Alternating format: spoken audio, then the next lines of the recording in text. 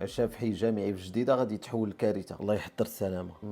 اش تم غير هذا الخميس الطلبه في حي جامعي في جديده غادي يتعشاو وغادي يطلعوا لبيوتهم كما العاده. ضربت 12 الليل حتى واحد ما جا النعاس وكلشي بدا تيشدوا الوجع، ماشي واحد ماشي جوج واكثر من 60 واحد ولاو كيطيحوا بحال الدبان لدرجه انهم ولاو تيحسوا بمصارنهم تيتقطعوا. اي كرشي كلشي ولا تيقول هذه هي التاليه ليا في هذه الحياه. الطلبه القلال اللي ما جاهم والو غادي يعيطوا لومبيلونس، وهنا الكارثه الثانيه لومبيلونس غادي تعطل بزاف. فاش غادي تجي غير وحده، اكثر من 60 واحد عباد الله اللي مريض. وبدات لومبيلونس ليله كامله خيطي زيطي خيطي زيطي يلاه باش وصلتهم كاملين. وحتى فاش وصلوا للمستشفى ديال جديده الاطباء ما عاملوهمش مزيان. المهم اكثر من 60 واحد تصاب بالتسمم ويدخلوهم المستعجلات، والبارح الجمعه الاغلبيه خرجوا من المستعجلات الحمد لله، ولكن كاين اللي باقي ما بين الحياه والموت. الله يدير شي تاويل الخير. واش الشرفه راه خاص تكون رقابه في كل شيء. واش ولادنا رخص لهاد الدرجه؟ ما تحمقوناش. وكنهضروا بحرقه على بلادنا حيت كنبغيوها، ودابا عاودوا لنا على الكوارث اللي كتوقع في السبيطارات. وعمركم تصابيتوا بالتسمم؟ ولا عندك غير على بلادك بارطاجي